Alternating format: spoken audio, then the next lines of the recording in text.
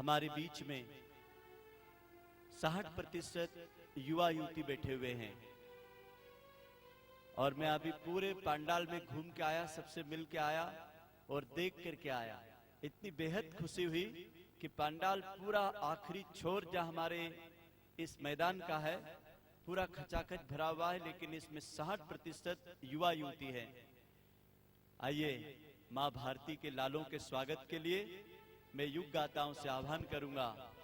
जवानों के लिए 3 मिनट का एक आह्वान गीत देंगे। प्यारे युवा साथियों, आप ध्यान से सुनना। जिस देश की तरुणाई यदि दिशा पा जाती है तो उस देश की दशा बदल जाती है। जिस और जवानी जाती है उस और जमाना जाता है। और भाइयों बहनों, यदि जमाने में जो युवाओं के बारे में कहते हैं कि युवा भटक गया, युवा बर्बाद हो गया, युवा कामचोर हो गया, ऐसा नहीं है, ऐसा नहीं है। इसका जवाब कौन देगा? शांति कुंज हरिद्वार का युवा प्रकोष्ठ के प्रभारी सदैव हमारे बीच पधारे हुए आशीष जी, जो आपको आह्वान करते हैं युवा तरुणाई को। बड़े ही सम्मान के साथ गीत प्रारंभ होता है युवा तरुणाई का आह्वान का।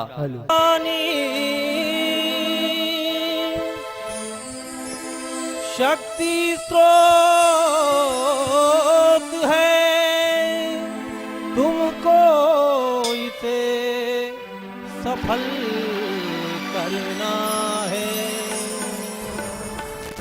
देश और सारी दुनिया की कठिन समस्या हल करना है।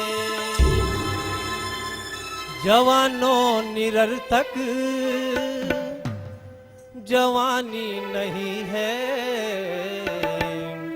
रगों का गरम रक्त पानी नहीं है, रगों का गरम रक्त पानी नहीं है। जवानों जवानी निरर्थक नहीं है, रगों का गरम रक्त पानी नहीं है, रगों का गरम रक्त पानी नहीं है। जो जवान बैठे हैं ताली बजाते हुए अपने रक्त को गर्म करें देश धर्म के खातिर। गाएं, क्या गाएं?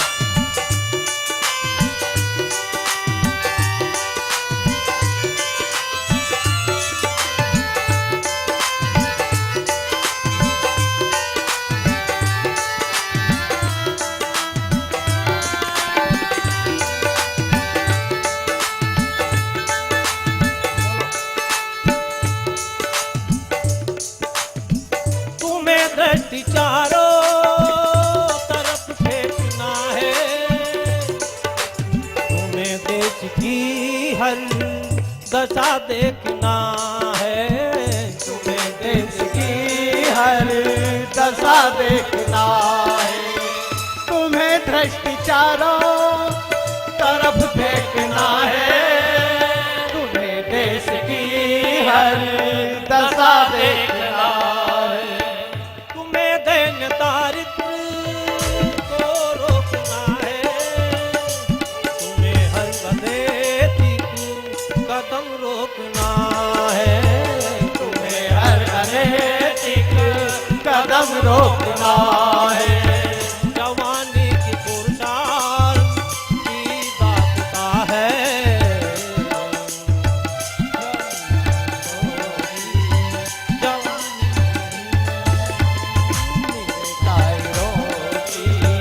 कहानी नहीं है। जवानों जवानी निरर्थक नहीं है, निरखा गरम रक्त पानी नहीं है, रगों का गरम रक्त पानी नहीं है।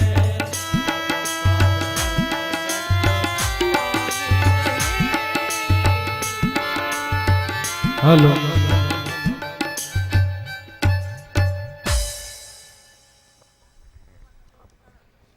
बोलिए भारत माता की। थोड़ा और जोर से, उतनी ही जोर से। आपको पता है इस समय समुद्र की क्या स्थिति होगी? जब चंद्रमा चढ़ता है तो समुद्र क्या करता है? तो गुरुदेव एक जगह लिखते हैं, एक पुस्तक में, अखंड ज्योति के एक आर्टिकल में लिखते हैं, जब वो चंद्रमा के बारे में कहते हैं कि जब चंद्रमा पूर्णिमा के दिन चढ़ता है तो समुद्र अपनी बाहों को खोल लेता है, अपनी बाहों से उसको छूने की कोशिश करता है। आइए हम भी अपने हाथों से इस चंद्रमा को छूने की कोशिश करें, जैसे कि समुद्र की लहरें उसको छूने के लिए करती हैं। आइए बोले भारत माता की। एक बार गायत्री मंत्र। ओम भूर्भुवः स्वः तत्सवितुर्वरेण्यं भर्गो देवस्य धीमहि धियो यो नः प्रचोदयात्। परम पूज्य गुरुदेव, वंदनीय माता जी, उपस्थित आदरणीय सभी भाइयों बहनों, एक अद्भुत संयोग। जब हम यहाँ पर आए तो 5 चीजें पता नहीं कैसे दिमाग में आई, जिसमें 4 बातें तो अभी तक मिल गई। 5वीं के लिए खोज चल रही थी, तो अभी आकर के जब मंच पर आए तो भाई साहब ने छोटा सा इंगित किया और हमें यहाँ पर आमंत्रित किया, तो वो 5वीं बात भी मिल गई। पहली बात तो गुरुदेव कहते हैं कि गायत्री के 5 रूप होते हैं, 5 रूप। पहला कामधेनु, तो मां सुरभि की तप स्थली पर हम लोग हैं, कामधेनु की कृपा हम लोगों को यहां मिल रही थी। गुरुदेव के संरक्षण में है तो पारस भी था, कामधेनु थी, पारस था। एक विशेष सत्र में आए हुए थे जिसका नाम था कल्प वृक्ष की साधना, तो कल्प वृक्ष भी था। और एक अद्भुत संयोग कि अमृत भी बरस रहा है। कामधेनु, पारस, कल्प वृक्ष की साधना और अमृत, 4 चीजें हो गई। 5वें की कमी थी। क्या कमी थी? 5वां गुरुदेव कहते हैं ब्रह्मास्त्र। गायत्री का 5वां स्वरूप है, जब उपासना करते हैं तो वो भी मिलता है। तो ब्रह्मास्त्र दिख नहीं रहा था, अमृत गिर रहा है। और अमृत जब मिलता है तो सबसे पहले अमृत को लूटने के लिए कौन जाता है? तो मंथन में तो कहा जाता है कि अमृत को लूटने के लिए राक्षस गए थे और उनके हाथ भी लग गया था। हमारे देश की स्थिति, समाज की स्थिति कुछ ऐसी है। हमारे देश की संपदा, हमारे देश का पुरुषार्थ, हमारे देश की शक्ति अब पता नहीं कैसे राक्षसों के हाथ में लग गई। वो अमृत जो भगवान की ओर से अनुदान के रूप में बरसता था, हमारी गायें अमृत देती थी, नदियों में से अन्न के रूप में भगवान पर्जन्य से अन्न जो मिलता था, सब कुछ हर जगह भगवान का वो अमृत जैसे अभी बरस रहा है, वो हर क्षण बरसता था, केवल एक दिन नहीं। और जाता कहां था? हर व्यक्ति को पुष्ट बनाता था, हर व्यक्ति को संस्कारवान बनाता था, घर में सुख संपन्नता का वातावरण करता था। कहां चला गया? तो बस किसी न किसी असुर के हाथ में चला गया। कौन दूर करेगा? तो अब ब्रह्मास्त्र चलाने की जरूरत है। और आज के युग में यदि देखा जाए तो कोई ब्रह्मास्त्र इस समय उस अमृत को लेने के लिए हो सकता है, तो वह हमारा युवा आंदोलन, हमारे देश की तरुणाई, हमारे देश के युवा। अब ये ब्रह्मास्त्र चलेगा और हम उस अमृत को उन दैत्यों से छीन करके लाएंगे और देवत्व की ओर लेकर के चलेंगे। कैसे मिलेगा? तो देवता बनना पड़ेगा, तब उनसे लड़ेंगे। कौन लोग होंगे? आवाहन युवाओं से। जरा एक छोटा सा एक खाका, आप सोच रहे होंगे कि यहाँ हम आपके सामने खड़े हैं, कहाँ की बात कर रहे हैं साहब? सब कुछ तो ठीक है, हमारा घर तो बहुत अच्छा है, सुबह शाम कमाते हैं, जो मिल जाता है दिन भर में अपना दोनों वक्त का हमारा रोटी पानी हो जाती है, घर परिवार अच्छा है साहब, इसके आगे की बात हमको क्यों बता रहे हो? तो जरा देख लीजिए कि हम पहले क्या स्थिति थी। हमारा देश जहां हम रहते थे, पूरी दुनिया में लोग कहते हैं कि लोग पश्चिम में छाल पहन करके जब पत्थरों से लड़ा करते थे, तो हमारे देश के लोग संपन्नता के साथ छोटे छोटे, आज 7000 साल पहले भी कोई कॉलोनी बना करके और व्यवस्थित साफ सुथरी व्यवस्था के साथ रह सकता था। हमारा ज्ञान विज्ञान, जिसको सोने की चिड़िया कोई धन संपदा से बस नहीं, ज्ञान से, विज्ञान से सब कुछ। मैकाले ही कहता है कि हमारे देश में बहुत ज्यादा दूर नहीं, वो कहता है कि 1835 में एक लेटर जब वो ब्रिटेन में ले करके गया तो कहता है कि हमारे देश में कोई भिखारी नहीं, हमारे देश में कोई किसी के घर में ताला नहीं, और ये सब है क्योंकि उनकी वो सांस्कृतिक धरोहर है, उनका ज्ञान है, उनका विज्ञान है। विज्ञान की ऐसी स्थिति कि यहां बैठे हुए हमें पता है कि चंद्रमा की क्या स्थिति है, सब कुछ। और थोड़े दिन के बाद आज की स्थिति भी कोई बुरी नहीं है, यदि देखने में लगता है साहब कितनी उन्नति है, हमारे खिलाड़ी बहुत अच्छे स्तर पर जा रहे हैं, हमारे देश की उन्नति हो रही है, हमारे देश का व्यापार बढ़ रहा है, हमारे देश की में उन्नति हो रही है, बढ़िया गांव गांव में बिजली हो गई, सड़क हो गई, पानी हो गया, सब कुछ हो गया, लोगों के पास अब बहुत पैसा है। पहले तो साहब कुछ आने में काम चलता था, अब हजारों में चलता है।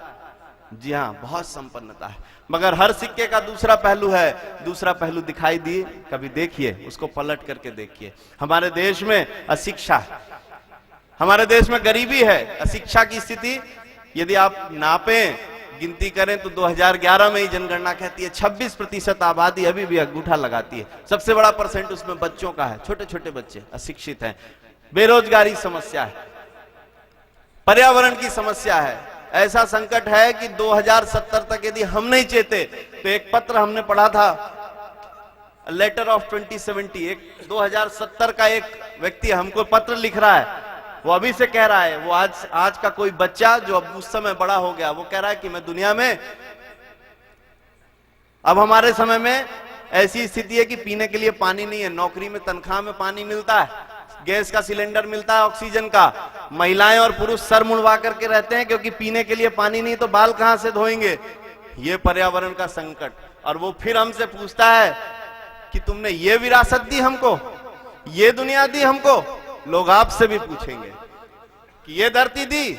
महात्मा गांधी कहते हैं कि धरती तुमको जो है विरासत में नहीं मिली, बल्कि पूर्वजों ने आने वाली पीढ़ी की अमानत के रूप में दी। पर्यावरण का संकट है, नदियों पर संकट है, और सबसे बड़ा नशे का संकट है, गांव में गंदगी का संकट है, गांव में लड़ाई झगड़े हैं, आपस में मतभेद हैं, ऊंच नीच है, ऐसी छोटी छोटी चीजें जिस पर आप विश्वास नहीं कर सकते। और तो और अभी हमने एक दृश्य देखा, आप बोल रहे होंगे साहब 21वीं सदी है, कौन आजकल लड़कियों को मारता है। आप तो गीत में तो भ्रूण हत्या की बात ही थी। राजस्थान के आपसे ज्यादा दूर नहीं है, थोड़ा सा पास में जाएंगे तो बाड़मेर, जैसलमेर जैसे जिलों में आप विश्वास नहीं करेंगे।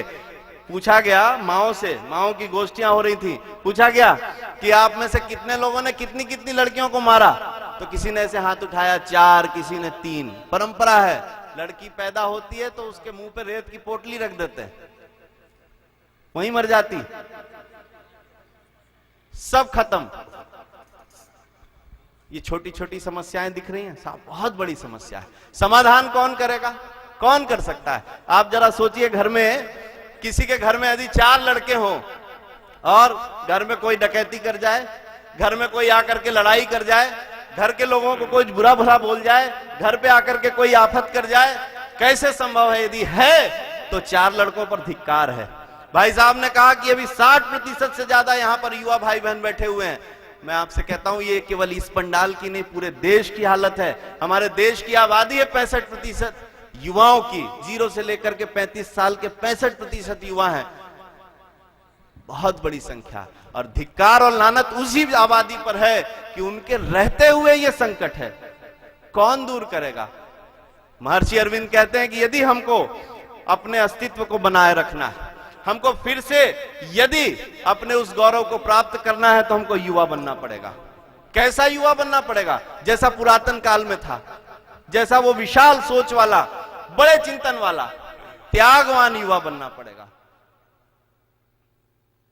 आप सबसे एक ही आह्वान, आप बन सकते हैं। हम युवाओं से बात करते हैं साहब, जब महर्षि अरविंद की बात करते हैं, जब विवेकानंद की बात करते हैं कि हमारे देश में इन समस्याओं का समाधान युवा कर सकते हैं, भाई साहब युवाओं की स्थिति तो और खराब है। अभी तो एक समस्या केवल समाज की कर रहे थे, जरा युवाओं की ओर जाकर के देखो तो अपने ही समस्याओं से बोझ तले दबा हुआ है। जीवनचर्या, खान पान, रहन सहन, नशा, बेरोजगारी, राजनीति, इसमें कौन है? लड़ाई झगड़े, अशिष्टता, सबके पीछे यदि भाग रहा है तो वो मतवाला हुआ युवा। समाधान क्या? समाधान है, विवेकानंद कहते हैं बी एंड मेक। बनो और बनाओ आवश्यकता है आप सब लोगों से, जो भी जिनके अंदर वो गर्म रक्त दौड़ता हो। उम्र की बात तो पीछे छोड़ दीजिए। अभी मुझे आज तिवारी जी भाई साहब एक 85 साल के युवा आदरणीय बाबूजी एक मिले, उन्होंने कहा ये हमारे इस बड़वानी के, पूरे बड़वानी जिले के सबसे युवा आदमी होंगे। 85 साल के, अभी भी स्कूटर लेकर के और गांव गांव में जाते हैं। और बहुत सारे होंगे जो 20 साल के भी बूढ़े होंगे। तो हम उनसे आह्वान करते हैं कि आज बड़ा अनूठा दिन है।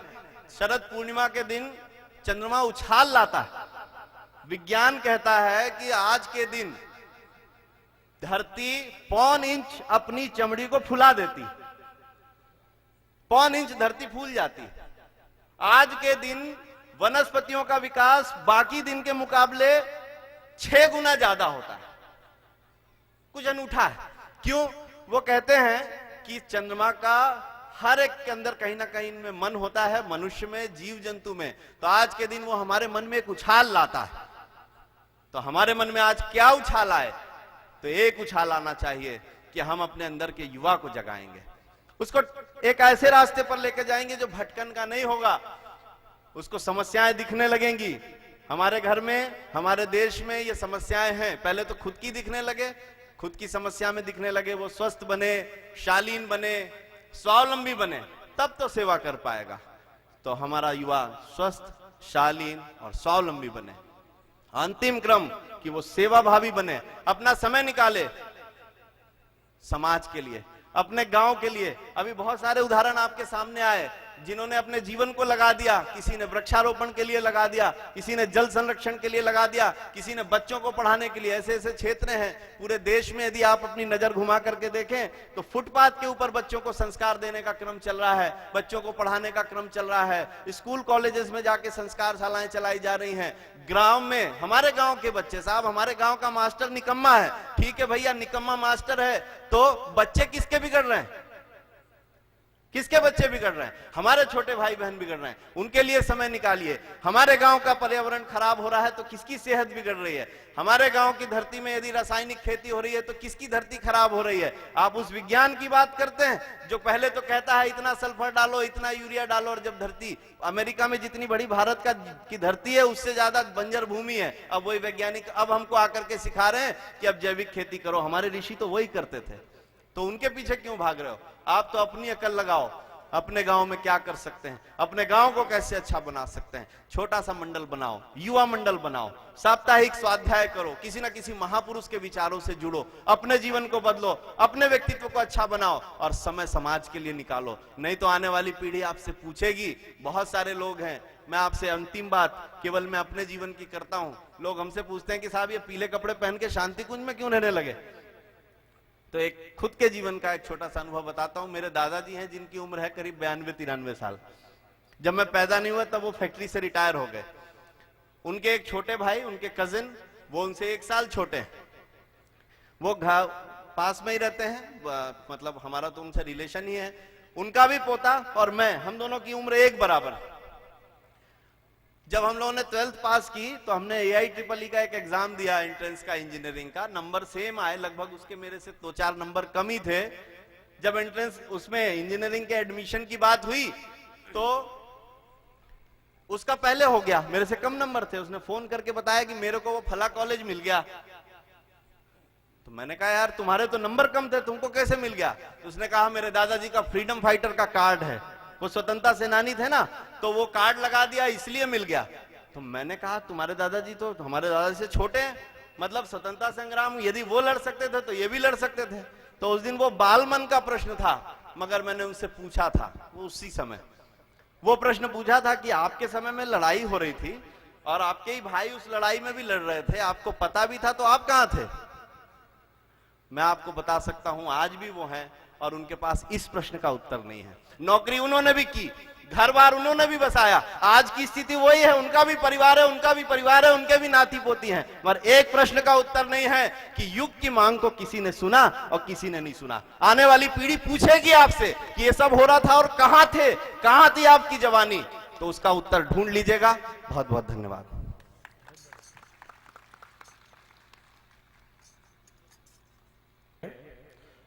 बहुत ही सुखद संयोग है कि ऋषि दुर्वासा की तपस्थली और परम पूज्य गुरुदेव का पहला हमारा प्रथम मात्र संस्थान गायत्री तपोभूमि मथुरा, उस ऋषि दुर्वासा की तपस्थली से जिस दुर्वासा ने सारे विश्व को आलोक दिया, उसी का चयन किया था गुरुदेव भगवान ने और वहीं से तपोभूमि की स्थापना करी थी।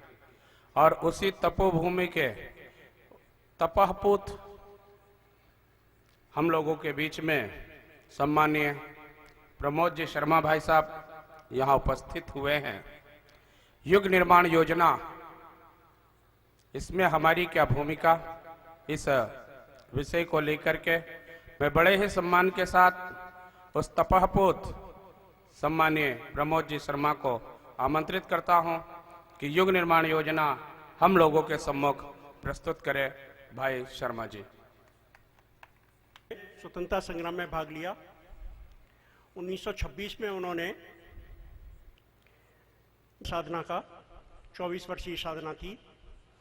सन 1926 में शुरू हुई थी और 24 वर्ष के हिसाब से वो सन 1950 में पूरी हो जानी चाहिए थी, लेकिन 1953 में पूरी हुई। 3 वर्ष क्यों ज़्यादा लग गए? क्योंकि बीच में साधना को ब्रेक देना पड़ा। स्वतंत्रता आंदोलन उन दिनों चल रहा था। गांधी जी के आह्वान पर उन्होंने साधना को ब्रेक दे करके और युग धर्म निभाने की दृष्टि से पहले स्वतंत्रता आंदोलन में उन्होंने भाग लिया।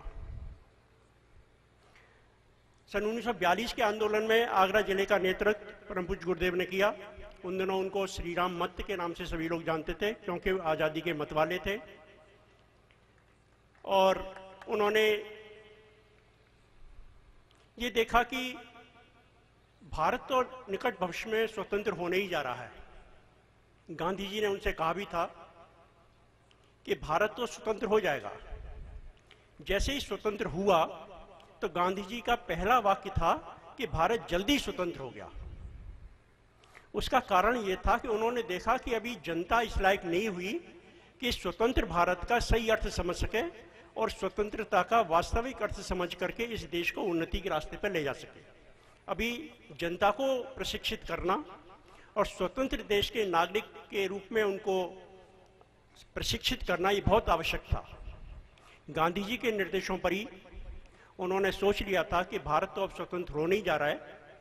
उन्होंने सांस्कृतिक विरासत को, इस देश की सांस्कृतिक विरासत को और ऊंचा उठाने की दृष्टि से पवित्र व्यक्ति निर्माण, परिवार निर्माण और समाज निर्माण का कार्यक्रम अपने जिम्मे लिया और युग निर्माण योजना का सूत्रपात उन्होंने सन 1958 में के जो सहस्त्रकुंडी यज्ञ मथुरा में हुआ उसमें उन्होंने उसकी घोषणा की। लेकिन वो केवल घोषणा थी, केवल नामकरण संस्कार था। युग निर्माण योजना का प्रादुर्भाव, उसका जन्म 6 जुलाई 1963 माना जाता है, क्योंकि उसी दिन परम पूज्य गुरुदेव ने अखंड ज्योति पत्रिका में ये घोषणा की कि ये इसका जन्मदिन युग निर्माण योजना का 6 जुलाई 1963 रहेगा। इस योजना में उनको व्यक्ति निर्माण, परिवार निर्माण और समाज निर्माण का कार्य करना था। इसी को उन्होंने युग निर्माण योजना कहा और इस युग निर्माण योजना के माध्यम से ही उन्होंने समाज का निर्माण करने का प्रयास किया। घर परिवार के लोग परिवार निर्माण की बात करते हैं, संत महात्मा लोग व्यक्ति निर्माण की बात भी करते हैं, और लोग जो समाज सेवी होते हैं समाज निर्माण की बात करते हैं। अपने परिवार की योजना बनाते हैं, मासिक योजना बनाते हैं, वार्षिक योजना बनाते हैं, वार्षिक बजट बनाते हैं, साप्ताहिक बजट भी बनाते हैं लोग परिवार का, मासिक बजट भी बनाते हैं। परम पूज्य गुरुदेव ने युग निर्माण योजना बनाई। इतने विराट व्यक्तित्व के लिए इससे छोटी योजना बनाना कदापि उचित नहीं रहता। उन्होंने सारे युग को बदलने की बात की और सारे युग में ऐसी लहर उन्होंने पैदा कर दी जन जन के बीच में, जिससे कि हर व्यक्ति उससे जुड़ा। और सन 1958 के यज्ञ में उन्होंने मंच से ही घोषणा की थी कि आज तो सभी गायत्री का विरोध कर रहे हैं। उस समय मथुरा के पंडा समाज ने उस यज्ञ का बड़ा भारी विरोध किया था, तो उन्होंने कहा था आज तो सब गायत्री का विरोध कर रहे हैं, लेकिन एक दिन इस गायत्री को सारा विश्व जपेगा। और आप देख रहे हैं कि आज हर देश में गायत्री मंत्र जपा जाता है। नेल्सन मंडेला अफ्रीका के राष्ट्रपति जब शपथ लेते हैं तो मंच से गायत्री मंत्र बोला जाता है। इस सारे देश में इस गायत्री का प्रचार हुआ। गायत्री और यज्ञ परम पूज्य गुरुदेव का प्रारंभिक चरण था, जिसके माध्यम से उन्होंने समाज का संगठन बनाया। युग निर्माण योजना एक संगठन तैयार किया। युग निर्माण योजना का उद्देश्य उन्होंने रखा मानव में देवत्व का उदय और पृथ्वी पर स्वर्ग का अवतरण। इस उद्देश्य को लेकर के ये युग निर्माण योजना बनी। विभिन्न कार्यक्रम उन्होंने स्थापित किए। उन कार्यक्रमों के माध्यम से ये योजना सन 1963 से लेकर और अब तक लगातार चलती आ रही है। इस योजना में जितने भी कार्यक्रम हैं वो सभी वर्गों के लिए हैं। नारी जागरण भी है, युवा जागरण भी है, और उसमें हर वर्ग के लोगों के लिए उन्होंने संदेश दिए हैं।